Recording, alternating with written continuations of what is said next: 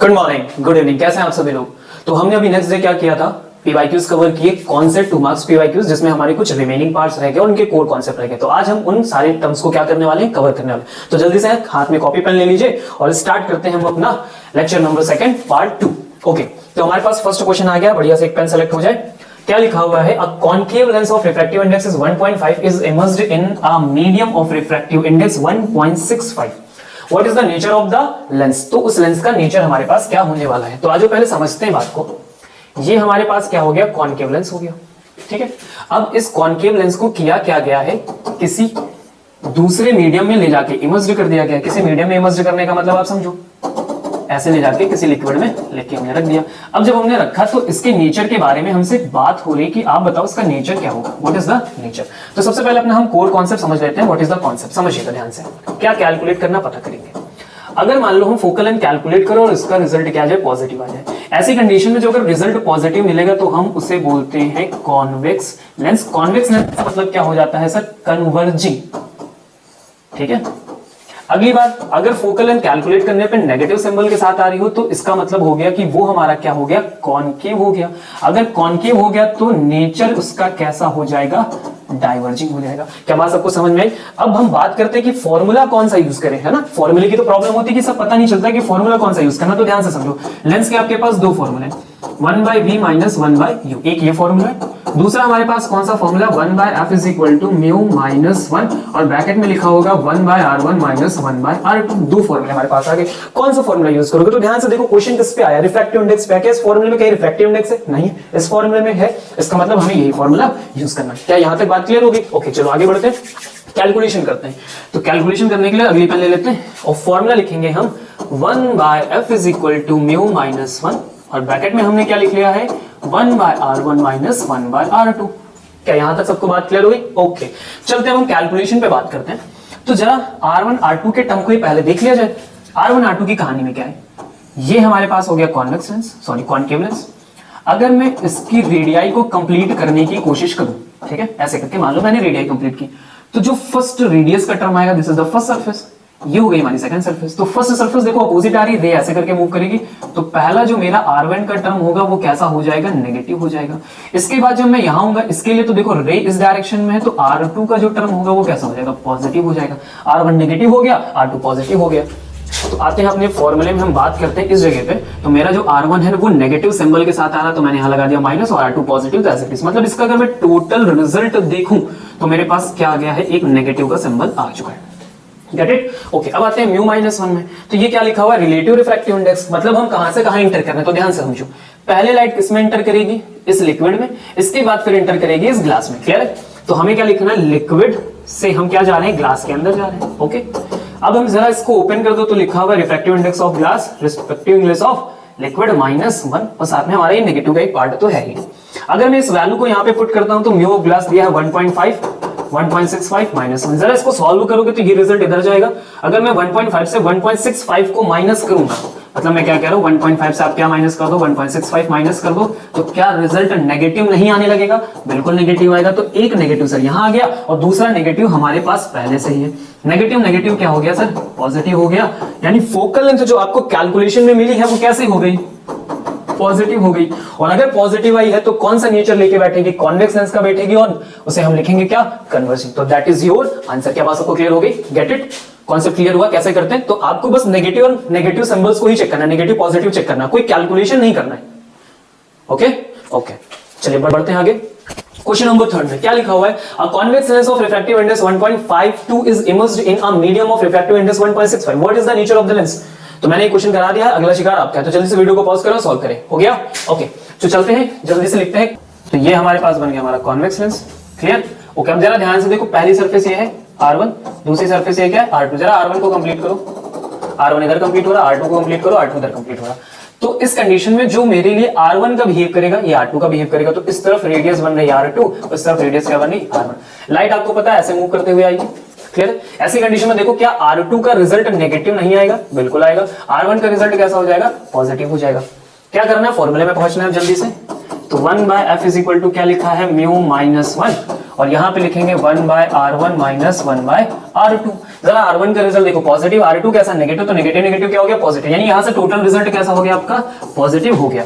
अब जरा यहां पहुंचो तो ध्यान से देखो वही वाली वैल्यूज है पहले वाली ही है ना, फिर भी कर लेते हैं हम लोग जल्दी से। तो यहां लिखेंगे 1.52 माइनस 1.65 माइनस 1। अब जरा इनको कैलकुलेट करोगे तो आपको पता है रिजल्ट कैसा आने वाला है, यहाँ का नेगेटिव और यहाँ का रिजल्ट कैसा है पॉजिटिव, यानी फाइनल रिजल्ट क्या गया नेगेटिव। फोकल लेंथ कैसी हो गई नेगेटिव हो गई। अगर फोकल लेंथ नेगेटिव हो गई तो आपको पता है कौन सा नेचर लेके बैठेगी, डाइवर्जिंग का नेचर होने वाला है। डाइवर्जिंग मतलब कौन सा लेंस हो गया, कॉनकेव लेंस हो गया। तो इस बात को शॉर्टकट तरीके से आप ऐसे भी याद रख सकते हो, मेरी बात समझो, शॉर्टकट तरीके से आप ऐसे भी याद रख सकते हो, बिना कैलकुलेट के आंसर दे सकते हो।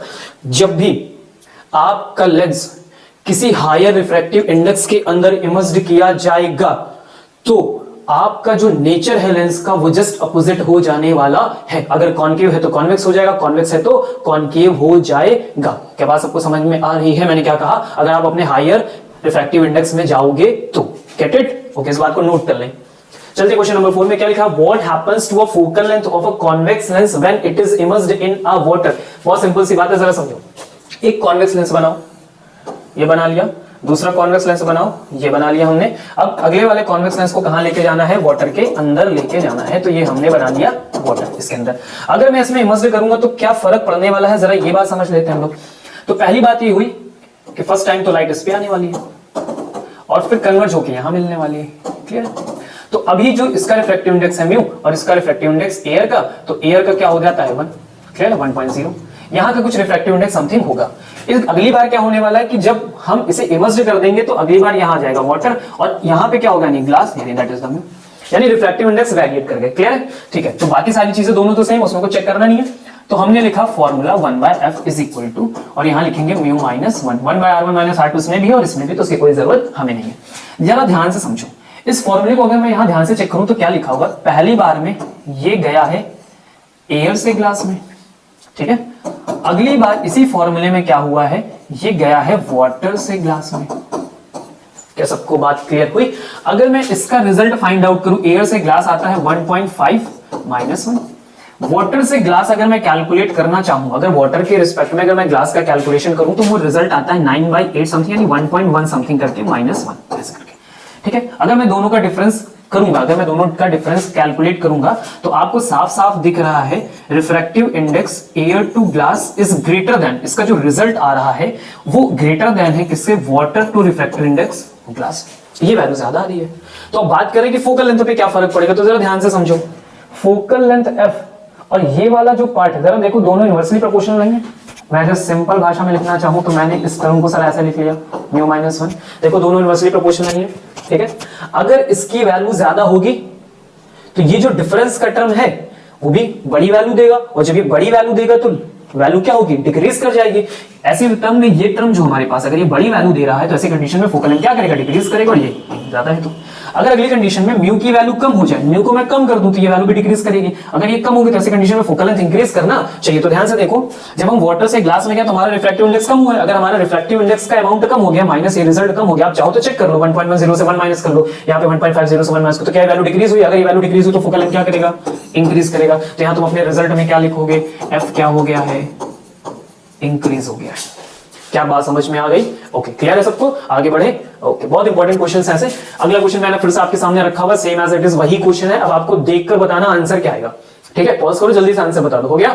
ओके, क्या लिखा, lens of glass is immersed in water, what will be its effect on the power of the lens. फिर से वही बात हुई थी अभी थोड़ी देर पहले, हमने सीखा कि एफ की वैल्यू क्या कर रही है, इंक्रीज कर रही है। एफ की वैल्यू क्या कर रही है, इंक्रीज कर रही है वाटर में जाने पे। अगर फोकल लेंथ इंक्रीज करेगा तो पावर पे क्या इफेक्ट पड़ेगा, तो पावर के लिए अगर मैं बात करूं तो पावर का फॉर्मूला सीखा है 1/f, ये तो सीखा है, यानी इन दोनों के रिजल्ट आपस में इनवर्सली प्रोपोर्शनल है। अगर फोकल लेंथ मेरा इंक्रीज करेगा तो ऐसे कंडीशन में पावर क्या करेगा, डिक्रीज करेगा। तो एक लाइन में लिख दो सर, पावर डिक्रीजेस।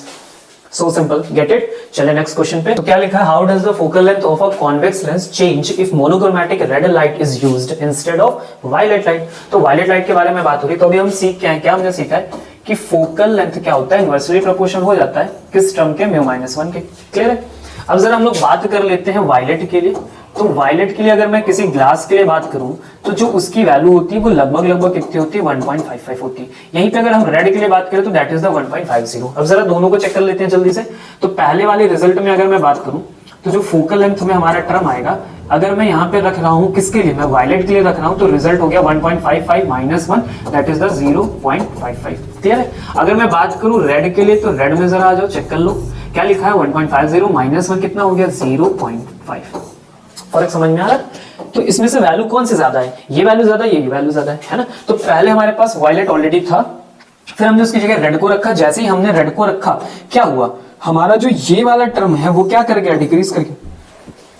ये टर्म जैसे ही डिक्रीज होगा तो फोकल लेंथ क्या होगा, इंक्रीज होगा। इसका मतलब जब रेड हम यूज करेंगे तो एफ की वैल्यू में क्या आना चाहिए, इंक्रीमेंट आना चाहिए। तो ये क्या कर जाएगी, इंक्रीज कर जाएगी। क्लियर हो गई बात, सबको समझ में आ गई। Okay, very good. Next question पे चलते हैं। ओके, क्या लिखा हुआ है question number 6, an equiconvex lens of focal length small f is cut into two identical plano convex lenses. Okay, how will the focal length and power of each part be related to the focal length and power of the original lens? यानी cut करने के बाद हमें comparison करना है उसके original वाली power से। क्लियर है, पावर और फोकल दोनों में कंपेयर करना है। तो सबसे पहले आ जाते हैं, स्टार्टिंग से बात करते हैं जब हमने इसे कट नहीं किया था। क्लियर है, तो ये हमारे पास कॉन्वेक्स लेंस हो गया। ओके, तो इक्वी कॉन्वेक्स की खास बात क्या होती है कि जो आर होगा वो दोनों का सेम हो जाएगा। फॉर्मूला जरा लिखते हैं, तो 1/f is equal to mu minus 1 और ब्रैकेट में लिखेंगे 1/r1 माइनस 1/r2। अभी मैंने आपको क्या सिखाया कि ये वाला टर्म इधर कंप्लीट होगा तो ये पॉजिटिव होगा, ये वाला टर्म इधर कंप्लीट होगा तो नेगेटिव होगा। यानी r1 जो है वो पॉजिटिव होगा और r2 क्या होगा, नेगेटिव होगा। आपको बता चुका हूं मैं, ठीक है, सिंपल सी बात है। तो अगर मैं दोनों की जगह r और r पुट कर देता हूं तो एलसीएम ले लेते हैं, तो मेरे पास बचेगा 1/f is equal to mu minus 1 और यहां पे जरा देखो क्या आ गया, 2/r। ये वैल्यू किसके बराबर है सर, पावर के बराबर। तो this is the formula of power. अब स्पेशली फोकल लेंथ की अगर मैं बात करूं तो फोकल लेंथ यहां से कैसे मिलेगी, इन्वर्स कर देते हैं, तो क्या आ जाएगी r/2 म्यू माइनस 1। तो ये स्टार्टिंग की बात है जब हमने इसे कट नहीं किया था। अब चलो हम इसे क्या कर देते हैं, कट कर देते हैं। क्लियर, तो आइए जल्दी से इसे कट कर दिया जाए। तो कट करने पे कहानी क्या होगी, कुछ ऐसे दिखाई देगी। ठीक है, ओके। तो अभी एक तो रेडियस r मेरे पास बची होगी, लेकिन दूसरा क्या आ गया, प्लेन टर्म आ गया। और प्लेन के लिए रेडियस ऑफ कर्वेचर कितना होता है, इंफिनिटी होता है, आप जानते हो। चलते हैं फॉर्मूले में कैलकुलेशन करते हैं। म्यू माइनस 1 ब्रैकेट में लिखेंगे 1/r, पहला r हो गया, दूसरे में क्या हो गया, 1/इंफिनिटी होगी। क्लियर, तो ये तो सर 1/इंफिनिटी का पार्ट हो गया 0। अगर मैं यहां से 1/f का कैलकुलेशन करूं तो म्यू माइनस 1 अपॉन में क्या जाएगा, r आ जाएगा। और ये क्या लिखी हुई है, पावर लिखी हुई है। फोकल लेंथ के लिए बात कर लो तो फोकल लेंथ जैसे लिखोगे क्या बन जाएगा, r अपॉन म्यू माइनस 1। ये रिजल्ट हमारा यहाँ पे आ जाएगा। क्लियर, अब बात हो रही थी कंपैरिजन की, तो चलो आ जाओ कंपैरिजन कर लेते हैं। सिंपल सा, पहले वाली जरा पावर देखो, ये है 2 म्यू माइनस 1 अपॉन r। अब जरा बाद वाली पावर देखो क्या लिखा है, म्यू माइनस 1 अपॉन, दोनों में कंपैरिजन करो, क्या पहले की पावर इससे 2 गुना थी। Okay, that's good. तो मैं क्या रिजल्ट लिखूंगा, मैं रिजल्ट लिखूंगा कि जो मेरा p डैश है, बाद वाली पावर है, वो पहले वाली पावर का कितना हो गई है, हाफ हो गई। Simple, okay. चलो अब बात कर लेते हैं किसके लिए, फोकल लेंथ के लिए। जरा फोकल लेंथ पे नजर डालिए। Focal length r/2 mu minus 1। अभी वाली फोकल लेंथ में क्या है, r/μ-1। देखो यहाँ पे हाफ का सिंबल नहीं है, इसका मतलब अभी जो फोकल लेंथ है वो पहले वाली से क्या हो गई है, 2 गुना हो गई है। यानी f dash is equal to 2 times क्या हो गया, f हो गया। क्या बात सबको समझ में, सिंपल सा। तो हमने कैलकुलेट किया, फिर दोनों रिजल्ट देखे, दोनों में कंपैरिजन कर लिया, सिंपल है। क्लियर, ओके, बढ़े आगे। ओके, तो अब चलते हैं नेक्स्ट क्वेश्चन पे। क्या लिखा था, minimum distance between a real object and it's real image form by a thin converging lens of focal length small f is. Question क्या कह रहा है, क्वेश्चन कह रहा है कि आप जो है कन्वर्जिंग लेंस में रियल ऑब्जेक्ट और रियल इमेज के बीच में मिनिमम डिस्टेंस पता करके दो, अगर फोकल लेंथ स्मॉल f है तो। ओके, तो पहले कन्वर्जिंग लेंस बना लेते हैं। ये बन गया आपका कन्वर्जिंग लेंस। रियल की बात हो रही तो हमने भाई ऑब्जेक्ट इधर रख लिया। रियल तभी होगा जब हमारी इमेज इधर फॉर्म हो, सिंपल सी बात है। ओके, वेरी गुड, कोई दिक्कत नहीं है, सब समझ में आ रहा है। अब जरा समझते हैं थोड़ा सा और टर्म। यहां से यहां तक की डिस्टेंस आपके लिए u का काम करेगी, यहां से यहां तक की डिस्टेंस आपके लिए v का काम करेगी। क्वेश्चन ने आपसे डिमांड किया, क्या है, क्वेश्चन ने डिमांड किया कि इन दोनों के बीच की मिनिमम डिस्टेंस है। तो मान लेते हैं हम ये मिनिमम है, बाकी फिर ये दूरी बनेगा, ये इधर रहेगा, तो इसको हम ले लेते हैं capital D, that is the small distance. Okay, इस टर्म को, ये हो गया मेरा o और ये मेरा हो गया है i। तो o से लेके लेंस तक के जो गैप है उसको मैं x लेट कर लूं, तो बचा हुआ टर्म मेरा कितना हो जाएगा, सिंपल d माइनस x हो जाएगा। ओके, चले अब क्या करना है, कैलकुलेशन करना है, सिंपल सा। तो हम कैलकुलेट कर लेते हैं x के लिए वैल्यू फाइंड आउट कर लेंगे, तो हमारी बात बन जाएगी। ओके, तो शुरू करते हैं। फॉर्मूला लिखेंगे 1/f is equal to 1/v minus 1/u। Okay आगे चलते हैं। 1/v की वैल्यू हमने क्या लेट कर ली, हमने लेट कर ली d माइनस एक्स, फिर यहां लगाया हमने माइनस और फिर यहां लिखा हमने u की वैल्यू x, तो देखो नेगेटिव साइड में जा रही, तो that is the positive x हो गया। इनके बीच में जरा एलसीएम ले लो आप, तो क्या मिलेगा x d माइनस एक्स, ये वाला टर्म सर इधर गया x और ये वाला टर्म इधर आया d माइनस एक्स, x से x क्या हो गया कैंसिल आउट हो गया। किसके इक्वल में चल लो अभी आप, f के इक्वल में, जरा क्रॉस मल्टीप्लाई करो तो ये हो गया x d minus x square is equal to f d. जरा इसको थोड़ा अच्छे से लिख लिया जाए तो लिखा हुआ है x square minus x d plus f d is equal to 0। Okay अब क्या करना है, हमें x के रूट चाहिए भाई, है ना। क्वाड्रेटिक इक्वेशन आ गई, थोड़ा सा मेहनत करनी पड़ेगी इसमें, जरा समझो क्या करना है। तो x की रूट निकालने के लिए आप जानते हो हम कौन सा फॉर्मूला जनरली यूज करते हैं जब कोई बात आपको समझ में ना आ रही हो। ऐसी कंडीशन में एक नाम है बड़ा फेमस, तो क्या नाम है, श्रीधराचार्य फॉर्मूला। क्या होता है श्रीधराचार्य फॉर्मूला, तो हम उसके लिए जब हम कैलकुलेशन करते हैं x के रूट फाइंड आउट करने होते हैं तो हम क्या लिखते हैं, माइनस बी प्लस माइनस फिर क्या लगाते हैं, अंडर रूट में पहुंच जाते हो, क्या लिखा होता है बी स्क्वायर माइनस 4ac और अपॉन में क्या लिखा होता है 2a लिखा होता है। अब इसको कंपेयर कैसे करोगे, तो जरा ध्यान से देखो, मैं इसको थोड़ा लिख रहा हूं कंपेयर करने के लिए। मैंने लिखा ax स्क्वायर माइनस फिर लिखा bx और फिर क्या लिखा c। क्लियर है। अब जरा यहां से कंपेयर कर लेते हैं, तो x a की वैल्यू 1 हो गई, फिर यहाँ पे जरा b कंपेयर करो, b की वैल्यू कैपिटल D हो गई और c की वैल्यू में fd आ जाएगा। ठीक है आ जाएगा, चलिए कैलकुलेशन किया जाए।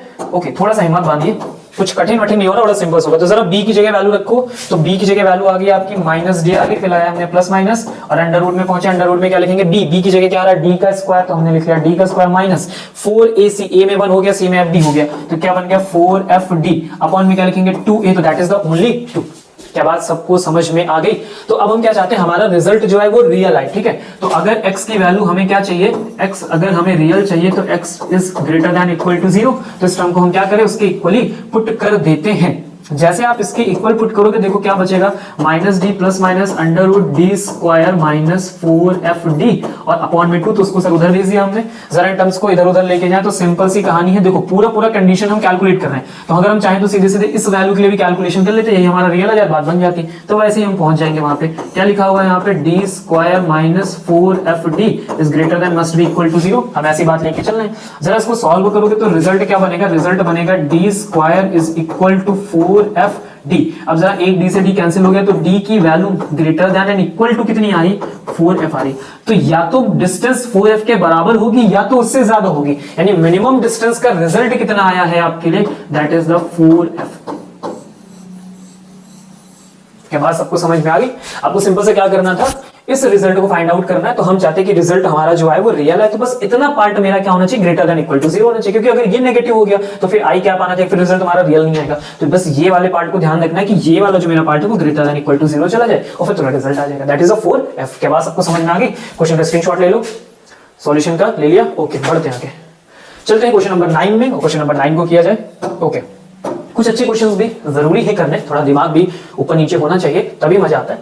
सीबीएसई 2024 का बढ़िया सा क्वेश्चन है, ये तो आप कर ही ले जाओगे, फिर भी हम करते हैं। A plane of convex lens of focal length 16 centimetres made of a material refractive index 1.4, calculate the radius of the curved surface of the lens.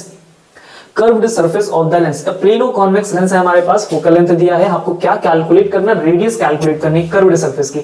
तो चलो सर प्लेनो कॉन्वेक्स बना लिया जाए, कोई दिक्कत थोड़ी ना है। ये बन गया भाई आपका प्लेनो कॉन्वेक्स। ठीक है इसके आर के बारे में तुम जानते हो और इनके आर के बारे में हम जान लेते हैं। अगर मैं से 1 बोलूं तो इसे आप 2 बोल दो और 2 की को लेट कर लो आर। ठीक है ओके फोकल लेंथ की कहानी सब बताएं, आपको परेशान होने की जरूरत ही नहीं है, सारा फॉर्मूला लाके बस रख दो 1/r1 माइनस 1/r2। ऐसे भी क्वेश्चन करने में मजा आता है। फोकल लेंथ क्या होने वाली भाई साहब, इसकी पॉजिटिव होगी क्योंकि यहां से तो सीधे क्रॉस करेगी, लेकिन ये भाई साहब कन्वर्ट कर देंगे तो आगे ही जाएगा। फोकल लेंथ 16 सेंटीमीटर रख दो। म्यू की वैल्यू 1.4 इन्होंने दी है आपको, -1 कर दीजिए। R1 को क्या कर दो, इन्फिनिटी भाई साहब 0, तो 1 हो गया इन्फिनिटी माइनस। अब जरा R2 कहानी समझो, R2 तो इधर कंप्लीट होगा, अगर इधर कंप्लीट होगा तो R2 की रेडियस भी इधर आ जाएगी और वो भी रे के अपोजिट डायरेक्शन में, तो R2 हो गया भाई साहब हमारे नेगेटिव, तो नेगेटिव नेगेटिव हो गया पॉजिटिव, तो यहाँ लिखो 1/r। कोई दिक्कत, क्लियर है सबको। साइन कन्वेंशन तो लेके ही चलना है भाई। यहाँ लिखेंगे 1/16, ये लिखा है 1.4 -1 यानी लिखा है 0.4 और ये आ गया मल्टीप्लाई में 1/r। सिंपल सर, क्या कैलकुलेट करना, आर तो आर भाई साहब को जरा इधर ले आओ, तो आर भाई साहब को इधर ले आए, 16 भाई साहब को उधर लेके जाओ, तो ये लिखा हुआ है 0.4। ओके 16 का टेबल जिसको आता होगा तो बात बन जाएगी 6.4 centimetre. That is your answer, very simple. 2 number में आया, बढ़िया क्वेश्चन, सिंपल है। ओके चलो आगे बढ़ते हैं। Question number 9, a thin converging lens of focal length 10 cm is placed coaxially in contact with a thin diverging lens of focal length 15 cm. How will the combination behave? Justify your answer. एक converging लेना है, एक diverging लेना है। Okay okay, एक 10 का एक 15 का, फिर दोनों को जोड़ो और जोड़ के बताओ कैसा बिहेवियर होगा। क्या ही बात करो, कितना बढ़िया क्वेश्चन है। चलो आ जाओ करते हैं, बहुत सिंपल है सर, क्या ही दिक्कत है इसमें। सबसे पहले तुम जाओ कन्वर्जिंग भाई साहब की लिखो, तो कन्वर्जिंग की वैल्यू कितनी दे दी इन्होंने, 10 सेंटीमीटर दे दी। तो कन्वर्जिंग होता है कौन, कॉन्वेक्स, तो पॉजिटिव होगा भाई। फिर चले जाओ डाइवर्जिंग के लिए, डाइवर्जिंग की वैल्यू कितनी दी थी इन्होंने, 15 सेंटीमीटर दे दी। कैसे होते हैं, नेगेटिव होते हैं। अब कॉम्बिनेशन कैसे बताओगे, तो ये लिखो भाई 1/f का कॉम्बिनेशन दे रहे हैं, तो लिखेंगे 1/f, 1 2 बोल देते हैं, कोई दिक्कत नहीं है। ओके, तो 1/f1 कितना हो गया 10, और ये हो गया भाई 15। एलसीएम लेना आता है तो ले लेते हैं, तो ये हो गया 3 - 2, और ये रिजल्ट में घूम घाम के कितना बचेगा 1/30, 1/f, तो f की वैल्यू कितनी आ गई 30 आ गई। रिजल्ट कैसा है भाई, पॉजिटिव आया ना। अगर रिजल्ट पॉजिटिव है तो मैंने क्या बताया था, कौन सा बिहेवियर रखेगा, कोई भी कन्वर्जिंग का बिहेवियर रखेगा। जस्टिफाई योर आंसर, तो जस्टिफाई योर आंसर में क्या लिखोगे कि f = पॉजिटिव हो, तो पॉजिटिव होता है तो कौन होता है, कन्वर्जिंग लेंस होता है। कन्वर्जिंग लेंस यानी कॉनकेव, सॉरी कॉन्वेक्स लेंस होता है, दैट्स फाइनल। ओके आगे बढ़ते हैं। क्वेश्चन नंबर 11, सॉरी 10, हाँ जल्दी जल्दी हो रहा है थोड़ा। Okay, a convex lens is cut into 2 half, फिर से कट। ओके चलो पढ़ो। A convex lens is cut into 2 half by a plane perpendicular to the principal axis.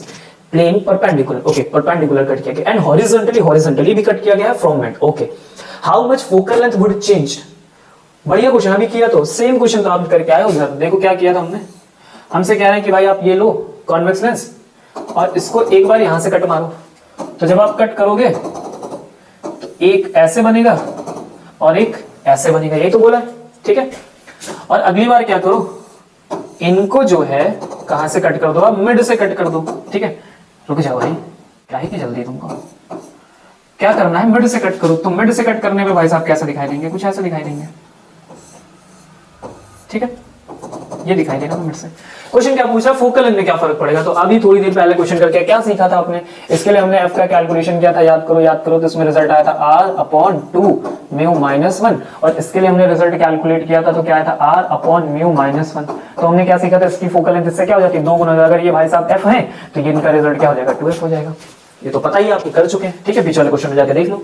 इनमें आते तो सर इसमें बड़ी खास बात है, अगर यहाँ पे वैल्यू f है तो यहाँ पे भी वैल्यू f रहेगी, किसी तरह का कोई चेंज नहीं आता है। क्लियर है, ऐसे कट करने में कोई चेंज नहीं आता। देखो दोनों कन्वर्जिंग सरफेस आपके पास ऑलरेडी रहती है, तो इससे कोई फर्क नहीं होता। हाँ ये बात अलग है कि हम कट कर दें फिर यहाँ पे कुछ पॉलिश मार दें तो इंटेंसिटी में चेंज आ जाता है। इवन इसकी पोजीशन जो होती है इमेज की, उस पर भी कोई चेंज नहीं आता, बस इंटेंसिटी कम और ज्यादा हो जाती है। तो ऐसी वाली कटिंग को हमेशा ध्यान रखना। ब्लैक पेपर से कवर कर दिया है ना, ऐसे क्वेश्चन पूछते हैं कि इस पे ब्लैक पेपर कर दिया या कोई ओपेक ऑब्जेक्ट रख दिया तो क्या होगा। तो फोकल लेंथ तो सब ठीक ठाक रहने वाली है, बस इंटेंसिटी जो इमेज की होगी वो कम हो जाएगी। Okay next, for a simple microscope the angular size of the object equals to the angular size of the image, yet it offers magnification। तब भी ये मैग्निफिकेशन ऑफर करता है जबकि हमारे एंगुलर साइज ऑब्जेक्ट और इमेज के क्या हो, सेम हो। तो पहले समझते हैं इस टर्म को। देखो अगर मैं यहाँ पे फॉर्म कर लूं अपनी आईज को और मैंने यहाँ पे कोई एक ऑब्जेक्ट रखा है, ठीक है, तो ये ऑब्जेक्ट क्या करता है, हमारी आईज पे फॉर्म करके देता है visual angle, that is the theta. और अगर मैं यहां से लेके जाऊं तो ये एंगल हमारे लिए क्या हो जाएगा, विजुअल एंगल। अब फॉर एग्जांपल मुझे ये ऑब्जेक्ट का साइज थोड़ा बड़ा करना, मुझे देखना है कि ऑब्जेक्ट मेरे लिए थोड़ा सा क्या हो जाए, बड़ा हो जाए। तो अभी फॉर एग्जांपल ऑब्जेक्ट मेरा यहाँ पे और मैं ऑब्जेक्ट को अभी अपने आईज के पास ले रहा हूं, तो क्या होगा, ये साइज इंक्रीज होगा। एग्जैक्ट, तो जब मैं इस साइज को इंक्रीज कर रहा हूं, ऐसी कंडीशन में क्या होगा, जब ये हमारी आईज पे दोबारा एंगल सब्सटेंड करेगा तो ये पहले से इंक्रीज हो जाएगा। अभी जब हम देख रहे हैं तो हमारा जो एंगुलर साइज का टर्म है वो भी इंक्रीज हो रहा है। जब ऐसा हो रहा है तभी क्या हो रहा है, मैग्निफिकेशन हो पा रहा है, अदरवाइज नहीं हो रहा। लेकिन सिंपल माइक्रोस्कोप की खास बात क्या है कि एंगुलर साइज सेम रहेगा फिर भी मैग्निफिकेशन हो जाएगा। तो ऐसा क्यों हो पाता है, क्योंकि हम इसमें यूज करते हैं कन्वेक्स लेंस को। और कन्वेक्स लेंस हमारी हेल्प क्या करता है कि वो हमें अलाउ करता है कि हम अपने ऑब्जेक्ट को बिल्कुल आईज के पास ले जाके रख पाए। और जैसे ही हम ऐसा करते हैं तो वो मैग्निफिकेशन को भी क्या कर देता है, इंक्रीज कर देता है without change in any size. देखो समझ ली बात को। तो ये हमने बना दिया यहाँ पे हमारा सिंपल माइक्रोस्कोप। तो हमने क्या किया, इस ऑब्जेक्ट को यहाँ रख दिया। क्लियर है, जैसे हमने इस ऑब्जेक्ट को यहाँ पे रखा तो आपको पता है कि हमारी रेज यहाँ से क्या करेंगे, ट्रैवल करते हुए जाएंगी। क्लियर है, अभी हम कहाँ पे, this is our optical centre और यहाँ पे हमने रखा है अपना फोकस एफ का टर्म। तो अब जैसे यहाँ से रेज मूव करेंगे तो आपको पता है कि ये हो गई हमारी कन्वर्ज। क्लियर, तो ये रेज को हमने ऐसे कन्वर्ज कर दिया, ये हमारी ऑप्टिकल सेंटर से पास होगी। और जैसे हम इसे आगे की तरफ बढ़ाते हैं तो आपने क्या देखा है कि हमें क्या फॉर्म होकर मिल जाती है, हमारी इमेज फॉर्म हो जाती है। अगर मैं यहाँ से अपना एंगल देखूं तो जरा ध्यान से देखो आप कि जो हमारा एंगल फॉर्म हुआ है दैट इज द थीटा। तो अगर ये थीटा की वैल्यू मैं चेक करूं तो ये हमारे हाइट ऑफ ऑब्जेक्ट ठीक है, और इस डिस्टेंस के लिए भी आ रही है, और सेम यही एंगल का जो टर्म है वो हमें कहां पे दोबारा मिल जा रहा है, हमारे हाइट ऑफ इमेज के लिए भी मिल जा रहा है, दैट इज अवर यू। क्या बात समझ गए? तो वो बोला एंगुलर साइज तो सेम, लेकिन फिर भी मैग्निफिकेशन हो रहा है, तो दैट्स व्हाई मैग्निफिकेशन हो रहा है। क्लियर होगी? क्या बात समझ में आई? क्योंकि हम क्या यूज कर रहे हैं, अपने लेंस को यूज कर रहे हैं। जैसे पोगो के बीच में मिड में ले जाएंगे तो क्या होता है, हमारा मैग्निफिकेशन इंक्रीज हो जाता है। क्या बात समझ गए? Okay, simple. चलते हैं बी पार्ट में। What is the B part? क्या लिखा हुआ है? Both plane and convex mirrors produces virtual images of the object can be produced real image under the some circumstances। क्या प्लेन और कॉन्वेक्स मिरर किसी भी कंडीशन में हमारे लिए रियल इमेज का फॉर्मेशन कर सकते हैं? तो आंसर है नो। क्यों ऐसा नो है? आप मेरी बात को समझिए। आप जब भी फॉर्मेशन करोगे, किसी भी रियल इमेज का फॉर्मेशन करना होगा, तो आपको पता है रियल इमेज के फॉर्मेशन पे हमको सेम साइज सेम डायरेक्शन में हमको रिजल्ट चाहिए होते हैं। अब जरा समझो मेरी बात को, ये हमने बना लिया यहाँ पे क्या, कॉन्वेक्स मिरर। अब देखो जरा, यहां से लाइट गई और इससे टकराई। देखो रियल इमेज बनने का जो बेसिक कॉन्सेप्ट है वो क्या है कि रेज एक्चुअल में मीट करनी ही चाहिए, और हम क्या मिरर के उस तरफ लाइट को लेके जा सकते हैं? पॉसिबल ही नहीं, क्योंकि ये तो यहां से रिफ्लेक्ट हो जाता है। ठीक है, तो कोई भी इमेज का फॉर्मेशन होगा वो किसी भी कंडीशन पे इस मिरर के लिए रियल नहीं हो सकता। सेम एज इट इज हमारे अपने प्लेन मिरर में, तो दोबारा वही कंडीशन है, हम यहाँ से रे को लेके जा रहे हैं, क्या ये रे किसी भी रीजन से अंदर एंटर कर पाएगा? पॉसिबल ही नहीं है, चांसेस ही नहीं बनते। ठीक है, दूसरा सबसे बड़ी प्रॉब्लम क्या है कि अगर मैं कोशिश भी करूं तो जब भी ये रेज आएंगी तो रिफ्लेक्ट होने के बाद क्या होंगी, पैरेलल ही मूव करेंगे, क्योंकि इसमें कर्व नहीं होता है। अगर मान लेते हैं कि हमारे पास ये वाला मिरर आ जाए, कौन सा होता है, कॉन्केव। अब इस कॉन्केव वाले में भी देखो वही तो हो रहा है, रेज यहां से आई और लड़ने के बाद फिर क्या हो रही है, कन्वर्ज हो रही है, एक्चुअल में मीट करे। पर यहाँ पे भी ऐसे कोई चांसेस नहीं है कि ये आपस में मीट कर पाए, इसलिए किसी भी कंडीशन में यहाँ पे हम रियल इमेज का फॉर्मेशन नहीं कर सकते। तो आंसर हमारा क्या है, गेट इट? क्लियर हो गया सबको? ओके, चलते हैं, बढ़ते हैं नेक्स्ट क्वेश्चन पे। तो what is our next question? क्या लिखा हुआ है? लिखा हुआ है why must both objective and the eyepiece of a compound microscope have short focal length. तो माइक्रोस्कोप के पास ऑब्जेक्टिव और आईपीस दोनों की जो फोकल लेंथ होती है वो शॉर्ट ही क्यों होती है? तो अगर मैं अपने फॉर्मूला लिखना चाहूं मैग्निफिकेशन का, तो मैग्निफिकेशन का फॉर्मूला क्या होता है, MO into ME। क्या बात सबको समझ में आ गई? ओके, और मैं आगे जब फॉर्मूला लिखूंगा तो मुझे मिलेगा L/F4, और ब्रैकेट में जाऊंगा तो मुझे मिलेगा 1 + D/FE। अगर मैं बाकी सारे टर्म्स को कांस्टेंट कर दूं तो अगर आप ध्यान से देखोगे तो M is inversely proportional to the 1/FO and 1/FE। क्या बात सबको समझ में आ रही? और जब मैं इनको शॉर्ट करूंगा तो ऐसे टर्म में क्या होगा, जब ये हमारी वैल्यूज डिक्रीज करेंगे तो ऐसी कंडीशन में हमारा जो मैग्निफिकेशन होगा वो क्या कर जाएगा, इंक्रीज कर जाएगा। दैट्स व्हाई हम क्या करते हैं अपने कंपाउंड माइक्रोस्कोप में जो भी फोकल लेंथ यूज कर रहे होते हैं, जिस भी लेंस की यूज कर रहे होते हैं, वो शॉर्ट ही रखते हैं, बिकॉज ऑफ क्योंकि मैग्निफिकेशन हमारा क्या कर जाए, इंक्रीज कर जाए। क्या बात सबको समझ में आ गई? क्लियर है? इस फॉर्मूले से दिखा साफ सब? Okay, very good. चलते हैं नेक्स्ट क्वेश्चन पे। What is our next question? Why should the objective of a telescope have a large focal length and large aperture? का क्वेश्चन हमारे पास फिर से आ गया। अगर हम यहाँ पे उसके मैग्निफिकेशन का फॉर्मूला लिखे तो हमें क्या मिलता है, F/F मिलता है। क्या सिंपल सी बात समझ में आ रही? बाकी जो हमारे टर्म होते हैं वो ब्रैकेट में लिखे होते हैं। ठीक है, अगर मैं यहाँ पे ध्यान से देखूं तो क्या M is directly proportional to FO है, और O का मतलब क्या हो गया, ऑब्जेक्टिव। इसका मतलब अगर मैं इस फोकल लेंथ के टर्म को ज्यादा रखूंगा, इंक्रीज करूंगा, कैसी कंडीशन में हमारा मैग्निफिकेशन भी क्या होगा, ज्यादा होगा। ये मैग्निफिकेशन ज्यादा क्यों चाहिए, बात समझ में आ रही? ताकि हम जो इमेजेस के जो हम इमेजेस क्रिएट कर रहे होते हैं ऑब्जेक्ट की, वो क्या हो, उनसे ज्यादा हो। ठीक है, साइज में ज्यादा हो, ताकि हमें उस ऑब्जेक्ट की क्लैरिटीज के बारे में चीजें पता चले। ओके, तो दैट्स व्हाई हम ऐसा करते हैं। फिर देखो क्या लिखा हुआ है, यहाँ पे लिखा हुआ है लार्ज अपर्चर। अब हम लार्ज अपर्चर क्यों यूज कर रहे हैं उसका मतलब समझ लो।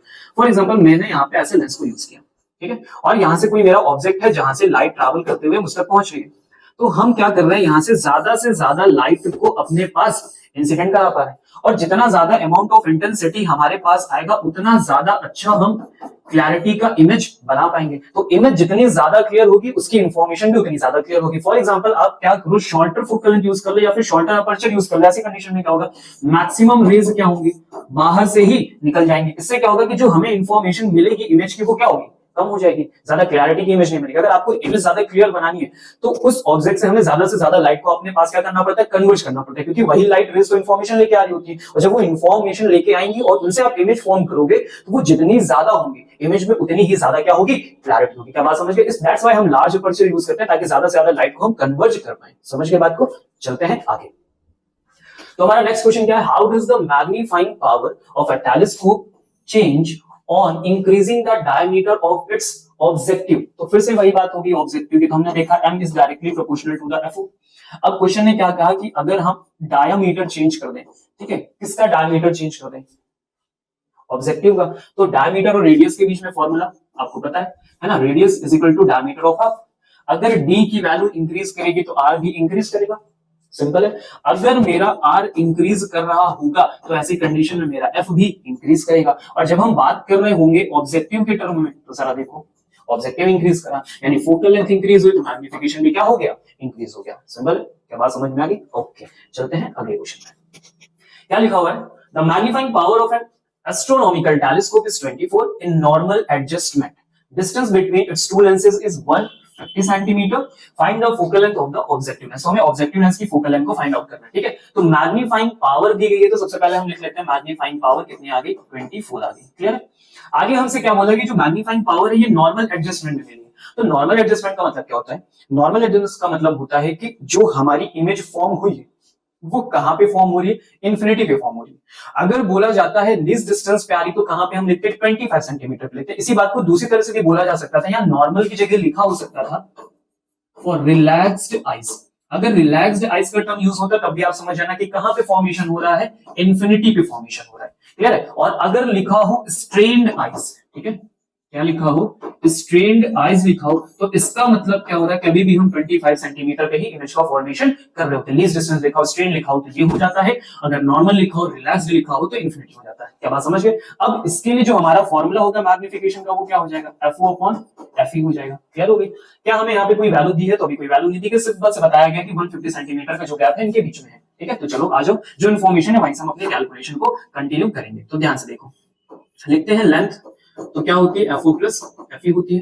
कितनी वैल्यू है, 150 सेंटीमीटर है, that is the FO plus FE। हमें फाइंड आउट क्या करके देना है, ऑब्जेक्टिव लेंस हमें फाइंड आउट करके देना है, यानी FO की वैल्यू को हमें क्या करना है, कैलकुलेट करना है। तो अगर मैं यहां से FE निकाल लूं तो FE इज इक्वल टू कितना हो जाएगा, 150 माइनस FO, और इस वैल्यू को ले जाके हम क्या करें, यहाँ पे पुट अप कर दें। ठीक है, तो इसे बोल देते हैं हम अपने इक्वेशन फर्स्ट सेकंड में आते हैं। तो यहाँ पे लिखेंगे 24 इज इक्वल टू, और यहाँ पे लिखेंगे FO और FE की जगह क्या पुटअप कर दे, लिख दे 150 माइनस FO। जरा इसको इधर लेके आ जाओ, तो 24 150, क्लियर है, और मल्टीप्लाई हो रहा होगा हमारे FO से, इज इक्वल टू कितना हो गया, FO जरा अंदर मल्टीप्लाई कर दीजिए। तो कंटिन्यू करते हैं हम, 24 इंटू 150 इज इक्वल टू, में चलते हैं तो ये लिखा हुआ है 24 इंटू FO और इज इक्वल टू में लिखा है FO। जरा FO उधर लेके पहुंचो आप, तो 24 इंटू 150 माइनस सर उधर जाके कितना हो जाएगा, 25 ऑफ FO। 25 से क्या 150 को कैंसिल आउट किया जा सकता है, तो कितने टाइम्स में कैंसिल हो जाएगा, 6 टाइम्स में ये कैंसिल आउट हो जाएगा।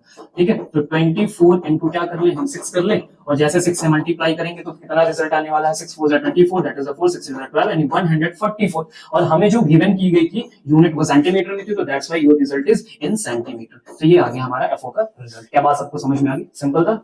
ठीक है, तो ऐसे क्वेश्चन हमको कई बार दिए जा सकते हैं, वैल्यूज गिवन करनी होगी तो एक जगह से वैल्यू निकालो, दूसरी जगह पुट करो, सिंपल सा आंसर ले लो। क्लियर हो गया सबको बात? ओके, तो फॉर्मेशन और जो कह रहा है क्वेश्चन वो हमें जरूर पता होना चाहिए। क्वेश्चन नंबर 16 में जो क्या लिखा है, Why is a reflecting telescope preferred over a refracting telescope? Justify your answer. तो refracting और reflecting में फर्क क्या होती है, मेरी बात समझना। जब हम यहाँ पे बात कर रहे होते हैं रिफ्लेक्टिंग, यानी हम रिफ्लेक्शन कहां से कराएंगे, मिरर से कराएंगे। यानी अब जो हमारे पास फॉर्मेशन हो वो किसका हो सर, मिरर्स का होना चाहिए। ठीक है, आपने देखा होगा हमने कैसे करके एक टर्म बना के रखा हुआ है, यहाँ पे एक टर्म बना के रखा हुआ है, याद आ रहा है आपको? क्लियर है, हमने ऐसे कोई कुछ करके रखा हुआ है, रेस को लेके आते हैं, फिर इंसिडेंट कराते हैं और हमारी इमेज का फॉर्मेशन यहाँ पे होता है, फिर रेस अंदर चली जाती है, ऐसे करके। याद है? ओके, और जब हम बात कर रहे हो किसकी, रिफ्रैक्टिंग, तो रिफ्रैक्टिंग का मतलब हो गया रिफ्रैक्शन, और रिफ्रैक्शन आपको कहां से देखने को मिलेगा, लेंस से देखने को मिलेगा। तो लेंस के लिए हमने कौन सा टेलीस्कोप डिजाइन किया, आपने देखा हमने ऐसे 2 लेंस डिजाइन किए होते हैं। फर्क है कि दोनों में बात समझ में? ओके, अब हमसे क्वेश्चन कह रहा है कि हम रिफ्लेक्टिंग को ज्यादा क्यों प्रेफर कर रहे हैं ओवर द रिफ्रैक्टिंग, तो व्हाट इज द प्रॉब्लम, ऐसा क्यों है? तो आज हम लिख लेते हैं व्हाट इज द प्रॉब्लम। तो ऐसी क्या समस्या है रिफ्लेक्टिंग में जो हम इसको यूज कम करने के बजाय इसे ज्यादा यूज करें। तो सबसे पहली प्रॉब्लम जो आती है वो होती है हमारी क्रोमैटिक एबेरेशन। ठीक है, और जो दूसरी प्रॉब्लम हमारे पास आती है वो हमारे पास जो प्रॉब्लम होती है उसे बोलते हैं स्फेरिकल एबेरेशन। ठीक है, क्या बात समझ गए? तो क्रोमैटिक क्या होता है, बहुत सिंपल सी बात है। क्रोमैटिक में जब आप इमेजेस फॉर्म करके देंगे, ठीक है, फॉर एग्जांपल हमने यहाँ पे कोई एक इमेज बनाई, तो ये जो इमेज होगी वो मुझे अपने आउट लेयर्स के अकॉर्डिंग अलग अलग कलर्स में दिखाई देगी। मतलब आपको इमेज तो दिखाई देगी लेकिन उस इमेज के चारों तरफ अलग अलग कलर्स दिखाई देंगे, बाउंड्रीज में अलग अलग कलर्स बने होंगे, यहाँ पे वायलेट भी होगा, ग्रीन भी होगा, येलो भी होगा, तो ऐसे कलर दिखाई देंगे। That is the chromatic अबर्वेशन। ऐसा क्यों हो रहा है? क्योंकि जो हमारे लेंस हैं वो बने किससे हैं? अगर आप सिंपल सी भाषा में समझो तो ये बने हुए ग्लास से, ठीक है। और अगर मैं इनको यहां से डिवाइड करना शुरू करूं, मतलब अगर मैं आपको ये सिखाऊं कि ये कन्वर्जन ही क्यों करते हैं, ठीक है, तो कन्वर्जन इसलिए करते हैं क्योंकि इनका बिहेवियर किसकी तरह होता है? प्रिज्म की तरह। और प्रिज्म की सिंपल सी कहानी क्या है कि वो क्या करना जानता है सर? सबसे अच्छी सी बात है कि वो लाइट कलर्स को अलग अलग कर देता है। लाइट कलर्स को अलग अलग करने के फिनोमेना और प्रोसेस को हम क्या बोलते हैं? डिस्पर्जन बोलते हैं। तो क्योंकि अब डिस्पर्जन हो रहा है यहाँ पे, इस वजह से अलग अलग कलर्स हमें दिखाई देने शुरू हो चुके हैं। अगली प्रॉब्लम क्या है? स्फेरिकल अबेरेशन। ये क्या होता है? स्फेरिकल अबेरेशन में क्या होता है कि जो एक्चुअल साइज होगा ऑब्जेक्ट वो प्रॉपर ना बन के हमें थोड़ा ब्राइट दिखता है। जैसे कभी कभी होता है ना, शाम को हम ट्रैवल कर रहे हो, कहीं जा रहे हो रास्तों पे, तो आपने रास्ते में देखो कहीं बल्ब लगा होता है, तो बल्ब का एक्चुअल साइज हमें शेप नहीं दिख रहा होता है ना, वो बिल्कुल ब्राइट होकर दिख रहा होता है। तो वो प्रॉब्लम हमारी कहां जाती है? स्फेरिकल अबेरेशन में। फॉर एग्जांपल कि हमारा ऑब्जेक्ट कुछ ऐसा दिखता है, ठीक है, तो हमें ये ऑब्जेक्ट ऐसा ना दिख के क्या होने वाला है, इसकी चारों तरफ ऐसे से लाइट दिखने वाली है। क्या बात समझ में? या फिर दूसरी प्रॉब्लम ऐसे समझो कि दो स्टार बगल बगल में, तो ये दो स्टार आपको अगल बगल ना दिखाई देंगे, ये ऐसे आपको मिक्स दिखाई देंगे। ये प्रॉब्लम स्फेरिकल अबेरेशन में भी होती है। ऐसा क्यों होता है? आप ऐसे समझो कि जब यहाँ से लाइट रेज कन्वर्ज होकर जा रही होती है, तो हमने क्या किया, हर बार हम फोकस पे ले जाके मैच करते हैं, पर एक्चुअल प्रॉब्लम क्या है, कभी कभी ये फोकस पे मैच नहीं करती, तो पॉइंट यहाँ चाहिए होता है और सारी लाइट क्या हो रही थी, अलग अलग जाके मिल रही होती है। ऐसे कंडीशन में एक्चुअल शेप हमारा बनके नहीं आता है। तो ये दो प्रॉब्लम्स की वजह से हम किसको ज्यादा यूज कर रहे हैं? रिफ्लेक्टिंग को, क्योंकि रिफ्लेक्टिंग में सर ये मिरर है, तो मिरर में सबसे पहले डिस्पर्जन का प्रोसेस खत्म हो गया, वो नहीं होगा, तो यहां से हम बच गए। और दूसरी बात, क्योंकि ये कर्व्ड सरफेस होती है, कर्व सरफेस के चांसेस में क्या होता है कि ज्यादा से ज्यादा हम रेस को एक ही पॉइंट पे कन्वर्ट कर पाते हैं, इसलिए स्फेरिकल वाली भी समस्याएं खत्म हो जाती है। आगे बात समझ में, बढ़ते हैं आगे। चलिए क्वेश्चन नंबर 7 में क्या लिखा हुआ है? An air bubble is trapped at a point B in a glass sphere of radius 40 cm. The refractive index 1.5 as shown in figure. Find out the nature and position of the image of the bubble as seen by the observer at point B. तो मतलब कोई observer इस point पे है और यहां से वो उस ऑब्जेक्ट को देख रहा है। ऑब्जेक्ट कहां पे रखा हुआ है? बी पे रखा हुआ है, ठीक है।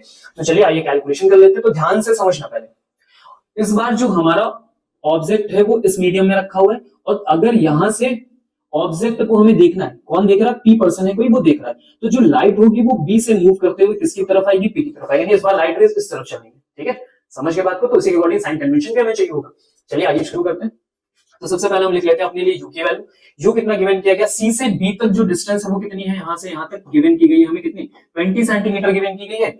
और सी से यहां तक जब आओगे तो अगर ध्यान से आप देखो तो हमें कितना बोला गया? 40 सेंटीमीटर बोला गया रेडियस। तो यहां से यहां तक की जो डिस्टेंस है वो 40 है, तो बची हुई भी वापस में कितनी होगी? 20 होगी। तो यू इज इक्वल टू कितना आ गया? 20 आ गया। अब जरा देखो क्या साइन पॉजिटिव लेना है या नेगेटिव लेना है। तो हम जो मेजरमेंट करते हैं वो कहां से करते हैं? इस जगह से करते हैं। तो जब मेजरमेंट करने आप यहां से बी की तरफ जाओगे तो रे के अपोजिट डायरेक्शन में हो जाओगे, तो यू क्या हो गया? माइनस का हो गया।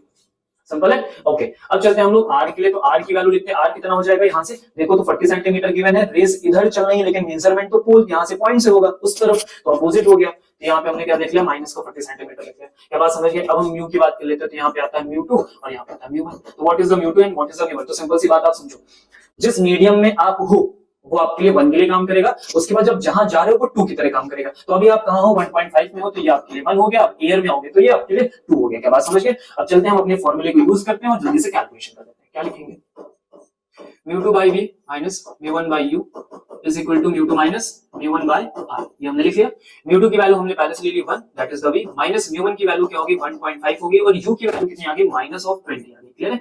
इज इक्वल टू लिखेंगे तो म्यू 2 माइनस म्यू 1 करेंगे 1 minus 1.5 divided by r. R की वैल्यू भी लिखेंगे माइनस में। ओके, तो लिखा है 1, अरे माइनस माइनस क्या होगा? प्लस। अब इन भाई साहब को उधर ट्रांसफर कर दो तो कोई प्लस का टर्म उधर जाएगा तो नेगेटिव हो जाएगा, ठीक है। तो लिखा माइनस 0.5 अपॉन में लिखा 40, और ये माइनस का आया कितना? 1.5 अपॉन 20। सिंपल है, okay, that is the 1 by we.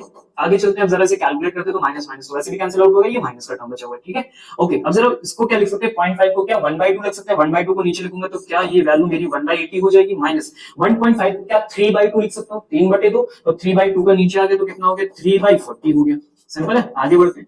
जरा इनका एलसीएम लेंगे तो यहाँ पे कितना आ जाएगा? 80 आ जाएगा, और दिस टर्म इज 1 माइनस, और 42 का कितना हो गया? 6 हो जाएगा, तो 1 by V is equal to आ गया माइनस 5/80। और इसे सॉल्व करेंगे तो हमारा जो वी का रिजल्ट होने वाला है वो 80 बाई कितना हो गया? 5 हो नेगेटिव।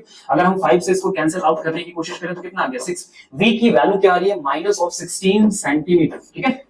तो क्वेश्चन मुझसे क्या बोला था कि उसकी पोजीशन बताओ, तो पोजीशन हो गया माइनस 16 सेंटीमीटर। अब उसने पूछा था इमेज का जो हमारा नेचर है वो भी मुझे कैलकुलेट करके दो। तो इमेज का नेचर क्या नाम? सेम साइड में आ रहा है। एक्चुअल में इमेज का फॉर्मेशन किधर होना चाहिए था? इस तरफ होना चाहिए था, है ना। हम सेम डायरेक्शन में आ रहे। देखो इस बात को समझना, हमने ऑब्जेक्ट यहाँ रखा, अगर इसी डायरेक्शन में मेरी इमेज का फॉर्मेशन हो जाएगा तो हम तो पॉजिटिव कैलकुलेशन में चले आएंगे, यहाँ से आप जब कैलकुलेशन करोगे तो पॉजिटिव डायरेक्शन आएंगे, लेकिन एक्चुअल में इमेज सेम डायरेक्शन में गई। जब same side of the object जाती है तो इमेज क्या हो जाती है, नेगेटिव हो जाती है, और ऐसी कंडीशन में क्या बन जाता है, वो वर्चुअल बन जाता है। ठीक है, तो इसका आंसर ध्यान रखिएगा -16 सेंटीमीटर। भी बहुत सारे प्लेटफॉर्म पे इसी का कैलकुलेशन बहुत अलग अलग आता है, डिफरेंट डिफरेंट आता है। अच्छे प्लेटफॉर्म पे उन्होंने आंसर अलग अलग लिखा है, क्योंकि वो कॉन्सेप्ट कुछ अदर बता रहे हैं, कुछ अलग बता रहे हैं, तो इस बात को ध्यान रखना। कॉन्सेप्ट इस कॉन्सेप्ट पढ़ा कोई भी ना हो, ठीक है, उससे हमें हटना ही है, जो पता है बस वही है, उससे कुछ इधर उधर नहीं होता। ऐसा नहीं होता कि कभी ये रख लो कभी वो रख लो। क्लियर है बात को? तो आंसर रिजल्ट है -16 centimetre, that is the done. Okay, आगे बढ़ते हैं। अगला क्वेश्चन आ गया हमारा, क्या लिखा हुआ है, in the given figure the radius of curvature of curve face in the plano convex and plano concave lens is 15 centimetre. The refractive index of the material of the lens is 1.5, find the final position of the image form. ठीक है, तो देखो दो lens हमारे सामने रखे हुए हैं, इनके बीच में कुछ गैप रखा हुआ है, हमें फाइनल इमेज फॉर्म करके देना। ठीक है, तो इसका कोर कौन से, पहले समझो कि हमारे पास कितने भी लेंसेज क्यों ना हो, 1 2 3 4 कैसा भी बना के दिया जाए, है ना, उससे कोई फर्क नहीं पड़ने वाला, कितने भी सारे लेंस हमारे सामने अरेंज करके दे दिए गए। आप बस ऐसा समझो कि जो फर्स्ट वाली लेंस से इमेज का फॉर्मेशन होगा वो सेकंड वाले के लिए किसका काम करेगा, ऑब्जेक्ट का काम करेगा। अगली बार जो ये इमेज का फॉर्मेशन करके देगा वो नेक्स्ट वाले के लिए किसका काम करेगा, ऑब्जेक्ट का काम करेगा। सेम एज इट इज, इसकी इमेज इसके लिए ऑब्जेक्ट का काम करेगी, इसकी इमेज इसके लिए ऑब्जेक्ट का काम करेगी। तो सेम एज इट इज हमारा कैलकुलेशन कंटिन्यूअस चलता चला जाता है। आपको इसी क्रम में बातों को समझना है। क्लियर है? अब आगे की इंपॉर्टेंट बात समझ लो। फॉर एग्जाम्पल जैसे हमारे पास वहां पे एक लेंस हमें गिवन किया गया, तो देखो ये लेंस है। अब लेंस पे सबसे पहले जो लाइट इंसिडेंट हुई वो इस सरफेस हुई, आफ्टर देन इस सरफेस पे।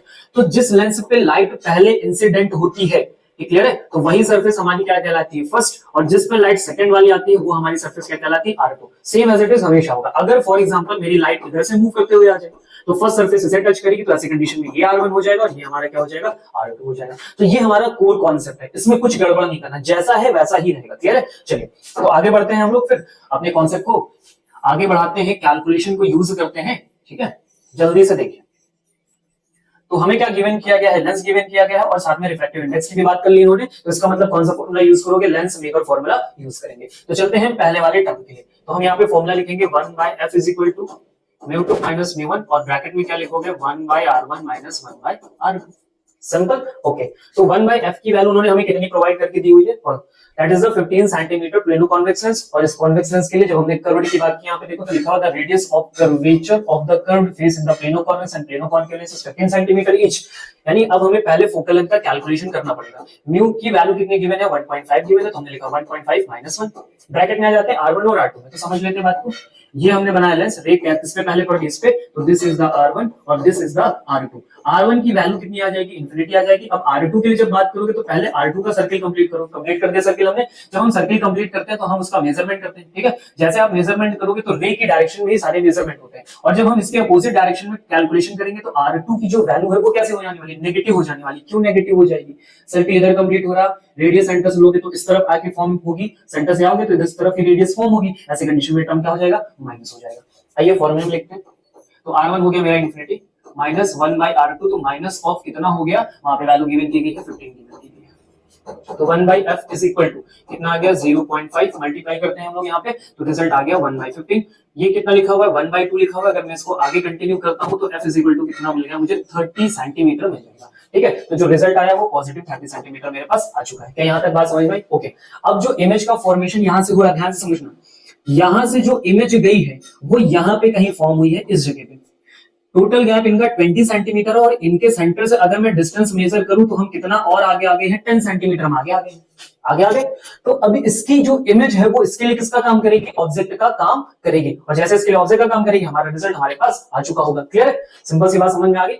ओके, जब हम जब कैलकुलेशन करने जा रहे होंगे तो हमें ऑब्जेक्ट यू पता चल जाए, इस लेंस ने फॉर्मेशन किया तो इसके लिए फोकस पता चल जाएगा। अभी इसकी हमें फोकल लेंथ भी नहीं पता, तो चलते पहले इसका फोकल लेंथ कैलकुलेट कर लेते हैं। आ जाओ फिर से फॉर्मूला लिखते हैं।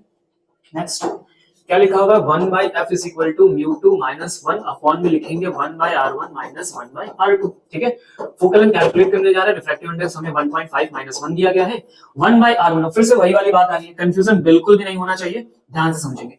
जो री जाएगी पहले वो इस सरफेस को टच करेगी तो ये मेरे लिए R1 हो गया, इसे टच करेगी तो ये मेरे लिए R2 हो गया। अब जरा इसका सर्किल कंप्लीट करो, तो सर्किल देखो इस तरफ कंप्लीट हो रहा है, यहाँ से सेंटर हमने बनाया, और ये हमारी रेडियस का टर्म क्या हो रहा है, कंप्लीट हो रहा है। रे के डायरेक्शन में जाएंगे तो पॉजिटिव, और रे के डायरेक्शन में मेजरमेंट नहीं करेंगे, अपोजिट डायरेक्शन में मेजरमेंट करेंगे तो कैसा हो जाएगा, नेगेटिव। तो देखो हम यहाँ से मेजरमेंट करने गए तो अपोजिट हो गए तो नेगेटिव हो गए।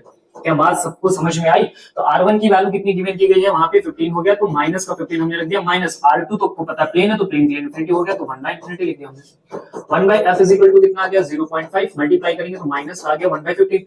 इसको जरा सॉल्व करेंगे तो 1/2 कितना हो गया 30, तो f इज इक्वल टू करेंगे तो कितना आ गया माइनस ऑफ 30 सेंटीमीटर। तो हमारे पास यहाँ पे दो रिजल्ट आ गए, प्लस 30 और माइनस 30। फाइनली हमें किसका कैलकुलेशन करना है कि इमेज का फॉर्मेशन कहाँ पे हुआ है। तो चलो आ जाओ करते हैं हम अपनी इमेज का फॉर्मेशन। तो चलिए ध्यान से देखते हैं, इमेज का फॉर्मेशन कर लिया जाए। तो इमेज फॉर्मेशन के लिए हम क्या लगाएंगे, lens formula 1/f is equal to 1/v minus 1/u। अब f की वैल्यू कौन से रखेंगे, माइनस 30 सेंटीमीटर, क्योंकि उससे फाइनल इमेज बनने वाली। तो हमने यहाँ रखा 1 minus of 30 is equal to 1/v। हमें कैलकुलेट करना है u की वैल्यू कितनी होगी, तो u की वैल्यू यहाँ से कितना आ रहा है 10 सेंटीमीटर का गैप आ रहा है, तो हमने लिख लिया वहां पे 10 सेंटीमीटर। क्या सबको बात समझ में आ रही, रे इसी डायरेक्शन में जा रही, तो मेजरमेंट इसी डायरेक्शन में करोगे, तो u क्या हो गया पॉजिटिव हो गया, इसलिए पॉजिटिव हमने यहाँ पे क्या रखा हुआ है 10 रखा हुआ है। आगे चलते हैं कैलकुलेशन में, तो लिखेंगे 1/v इज इक्वल टू, तो आया 1/10 माइनस 1 कितना 30 है, negative sorry that is a plus and this is a minus 1/10। अब हम यहाँ पे एलसीएम ले लेते हैं, तो एलसीएम हमें कितना मिलने वाला, दैट इज द 30। क्लियर है, तो रिजल्ट हो गया -3 और फिर प्लस का कितना आ गया 1। इसे सॉल्व करेंगे तो कितना रिजल्ट आ गया -2/30, और इसे जैसे हम इनवर्स करेंगे तो इनवर्स करने पे रिजल्ट कितना बनेगा माइनस का 15 centimetre. This is your final answer. कहां पे इमेज फॉर्म हो रही है, -15 सेंटीमीटर पे फॉर्म हो रही है। क्या आप सबको समझ में, क्योंकि ये कैसा है जैसे आपका कॉनकेव, तो कॉनकेव क्या करता है डाइवर्ज कर देता है, तो डाइवर्ज करेगा तो कहीं ना कहीं रेज हमारी पीछे की तरफ आना शुरू हो जाएंगे, दैट इज -50 सेंटीमीटर। तो इस क्वेश्चन का भी आंसर आपको कुछ इधर उधर ही मिलेगा, अलग अलग प्लेटफॉर्म पे अलग अलग रिजल्ट्स मिलेंगे, तो कॉन्सेप्ट यही है, आंसर भी यही है, किसी तरह का कोई कंफ्यूजन नहीं होना चाहिए। क्लियर है बात को, कॉन्सेप्ट से बिल्कुल हटना ही नहीं है। ओके, नेक्स्ट पे आते हैं question number 19। An equilateral glass prism has a refractive index 1.6 in air. Okay, the angle of minimum deviation of the prism when kept in a medium of refractive index 4√2/5। पहले हमारा जो prism equilateral prism है वो 1.6 है, air में रखा हुआ है, फिर हमने उसे उठा के किसी मीडियम में रख दिया। ठीक है, तो सबसे पहले हम लोग चलते हैं अपने प्रिज्म को फॉर्म कर लेते हैं। तो हमारे पास यहाँ पे आ गया है ये प्रिज्म ऐसे करके, जिसकी लिए वैल्यू 1.6 दी गई। अभी एयर में था, एयर के बाद हम इसे उठाकर कहां लेके जा रहे हैं, किसी मीडियम में लेके जा रहे हैं, तो हमने उसे ले जाके किसी मीडियम में रख दिया। जैसे मीडियम में लेके जाकर रखोगे तो उसका रिफ्रैक्टिव इंडेक्स कितना दिया गया, दिया गया 4√2 डिवाइडेड बाय 5। और हमसे क्या क्वेश्चन ने डिमांड की कि आप हमें डेल मिनिमम कैलकुलेट करके दे दो। ठीक है, बहुत सिंपल सा बात, कैलकुलेट करके दे देंगे। तो चलो आ जाओ कॉन्सेप्ट पे, जो गलत हमें बिल्कुल नहीं करना है वो क्या है कि जब लाइट इंटर करेगी प्रिज्म के लिए तो सबसे पहले कहां आएगी, इस मीडियम में आएगी, और उसके बाद ही ग्लास के अंदर एंटर करेगी। तो जिसमें हम पहले एंटर करते हैं वो हमारे लिए μ1 हो गया, फिर जिसमें बाद में एंटर करोगे वो आपके लिए क्या हो गया, μ2 हो गया। ठीक है, अब हम फॉर्मूला लिखते हैं, तो हमने रिफ्रैक्टिव इंडेक्स का फॉर्मूला ग्लास प्रिज्म के लिए ऑलरेडी पढ़ के रखा हुआ है। क्या पढ़ा हुआ है, sin a plus del minimum by 2 divided by sin a by 2। अब ये म्यू क्या है, कहां से कहां जा रहे हैं, तो हम आपको पता है कि हमारा जो मूवमेंट हो रहा है वो किसके अकॉर्डिंग मूवमेंट हो रहा है, फर्स्ट से सेकंड के अकॉर्डिंग मूवमेंट हो रहा है, तो हम फर्स्ट से मूव कर रहे हैं सेकंड में। तो क्या लिखेंगे μ2 बाय μ1, तो μ2 की वैल्यू कितनी हो गई 1.6 हो गई है, और यहाँ पे 2 की वैल्यू कितनी हो जाएगी 4√2 अपॉन में कितना लिखेंगे 5 इज इक्वल टू, यहाँ पे वैल्यू रख लेते हैं, a की वैल्यू कितनी होगी 60 डिग्री, डेल मिनिमम हमें कैलकुलेट करना है, दैट इज डिवाइडेड बाय 2। यहाँ पे आते हैं तो कितना लिखा हुआ है sin 60 बाय 2। अब ये वाला 5 से ऊपर घूम के चला गया तो 16 5 हम कर देंगे, आगे हम कैलकुलेशन करते हैं। ठीक है, तो ध्यान से देखेंगे कितना रिजल्ट आ गया, यहाँ पे 8 आ गया, 8.0 अपॉन में क्या लिखा 4√2। ठीक है, जरा देखो ये अपॉन का टर्म में इधर भेजो तो क्या मल्टीप्लाई में आ जाएगा, बिल्कुल आ जाएगा। 60 बाय 2 लिखेंगे तो क्या ये लिखा है sin 30 degree is equal to लिखा है sin 60 plus del minimum by 2। Okay, अब जरा कैलकुलेशन करते हैं तो कितना आ गया 2 आ गया है, लिखा है 2/√2, और sin 30 की वैल्यू जरा लिखो तो कितनी लिखी है 1/√2, सॉरी sin 30 की वैल्यू हम यहाँ से कैलकुलेट करेंगे तो कितना आ गया रिजल्ट 1/2। ये हो गया हमारे पास 1/2। आगे बढ़ते हैं, हम यहाँ से कैलकुलेशन करते हैं, तो एज इट इज ये लिखा है sin 60 plus del minimum by 2 लिखा हुआ है। ठीक है, अब जरा यहाँ से देखो कि 2 से 2 को हमने क्या कर दिया, कैंसिल आउट कर दिया। यहाँ तक क्या बात सबको समझ में आ गई, क्लियर हुआ यहाँ से। ओके, अब क्या बचा मेरे पास, तो मेरे पास यहाँ पे बचा है 1/√2, और इस तरफ क्या लिखा हुआ है sin 60 degree plus del minimum by 2 बचा हुआ है। इसे क्या लिख सकते हैं, अगर हम साइन के टर्म में लिखना चाहें तो क्या ये लिखी हुई है sin 45 डिग्री की वैल्यू, बिल्कुल लिखी हुई है, तो sin 60 plus del minimum by 2, sin sir cancel out करते हैं तो हमारे पास रिजल्ट आ गया 45 degree is equal to 60 degree plus del minimum by 2। इस टर्म को इधर जरा लेके आओ तो कितना हो गया है 90 डिग्री, 90 माइनस कितना लिखा हुआ है 60 डिग्री इज इक्वल टू क्या लिखा है डेल मिनिमम, और रिजल्ट कितना आ गया डेल मिनिमम 30 डिग्री। ये क्वेश्चन पूछा गया था दिल्ली 2019 में। ठीक है, सिंपल था, क्वेश्चन में कुछ था नहीं, बस जो कोर कॉन्सेप्ट इसका था, जहां हम गलतियां करते हैं वो कहां कर देते हैं हम इसमें, कि फर्स्ट कौन है और सेकंड कौन है, किस टर्म को हम ऊपर लिखे किस टर्म को हम नीचे लिखे, वहां से गलती हो जाती है। तो हमेशा ध्यान रखो लाइट पहले जहां इंटर करेगी वही फर्स्ट है, फिर जिसमें जाएगी वो सेकंड है। सिंपल सी बात है, यही हमारा कोर कॉन्सेप्ट है, ठीक है, इसमें कोई कंफ्यूजन नहीं होना चाहिए। बढ़ते हैं हम अपने अगले क्वेश्चन में। तो आगे हमारा क्वेश्चन नंबर 20 क्या पूछा गया है, a ray of light falls on a transparent sphere with centre C, ठीक है, तो ये हो गया इसका centre C, as shown in the figure the ray emerges from the sphere parallel to the line A B. अगर ray क्या करे, इमर्ज करते हुए जाए, कहां से इमर्ज करते हुए जाए, तो इस क्वेश्चन में लिखा हुआ है इस जगह से ऐसे करके क्या करते हुए जाए, एबी से इमर्ज करते हुए जाए। Ray emerges from sphere parallel to the AB, find the angle of reflection of A if the refractive index of the material of a sphere is √3, ठीक है, तो ये वैल्यू कितनी हमारी यहाँ पे बोली जा रही है, √3 बोली जा रही है। उसके लिए हमें क्या करके देना, सिंपल सा refractive index of the material दे दिया है और रिफ्रैक्शन हमें चाहिए सिंपल सा, ठीक है, तो बहुत साधारण सी बात है, आ जाओ कैसे करेंगे। तो हम यहाँ पे लिखते हैं mu is equal to sine i upon sine r from Snell's law. Angle कितने पे इंसिडेंट हुआ है, तो साफ साफ दिया गया कितना एंगल इंसिडेंट हो रहा है, that is the 60 degree. Okay, हमें क्या कैलकुलेट करना, आर कैलकुलेट करना, म्यू की वैल्यू कितनी गिवन की गई, तो वो हमें गिवन करके दी गई है √3। ओके, तो अब हम क्या करें, 60 डिग्री की वैल्यू को निकाले जरा, ठीक है, तो कितना होता है sir, √3/2 divided by sine r. Sine r का टर्म इधर लेके आइए जरा, तो लिखा हुआ है √3/2 और ये गया अपॉन में, तो 1/2 हो गया, ये हमने कैंसिल आउट कर दिया। तो sine r is equal to कितना हो गया, 1/2। क्या हम इसे लिख सकते हैं साइन 30 डिग्री, तो आर इज इक्वल टू कितना हो जाएगा, 30 डिग्री हो जाएगा, that is the angle of refraction. क्या बात समझ में आ गई। तो यहाँ से जो हमारी लाइट मिलने वाली है, रिफ्लेक्ट करके जब यहाँ से जाएगी तो कितना एंगल बनाते हुए जाएगी, 30 डिग्री का एंगल फॉर्म करते हुए जाएगी। क्या बात समझ गए, क्लियर हो गया सबको। तो हमारी जो लाइट है वो ऐसे करके, तो दिस इज आवर रिजल्ट, ऐसे पूछा गया। तो ऐसे सिंपल क्वेश्चंस हमारे जो होते हैं वो पूछे जाते हैं 2 मार्क्स में भी। तो हमेशा ध्यान रखना है कि कॉन्सेप्ट से भटकना नहीं है, फॉर्मूले साइन कन्वेंशन एक बार चीजों को प्रॉपर तरीके से सीख लेना है, सारी वीडियो को पॉज करके अच्छे से सीख लीजिए, उनके कॉन्सेप्ट लिख लीजिए, और फिर कोई भी क्वेश्चन कैसा भी आए, कितना बड़ा हो छोटा, उससे कोई फर्क नहीं पड़ता है, कॉन्सेप्ट कभी चेंज नहीं होते हैं, ठीक है। तब तक के लिए खुश रहें, बस रहें, अच्छे से पढ़ते रहें। सी यू, बाय बाय।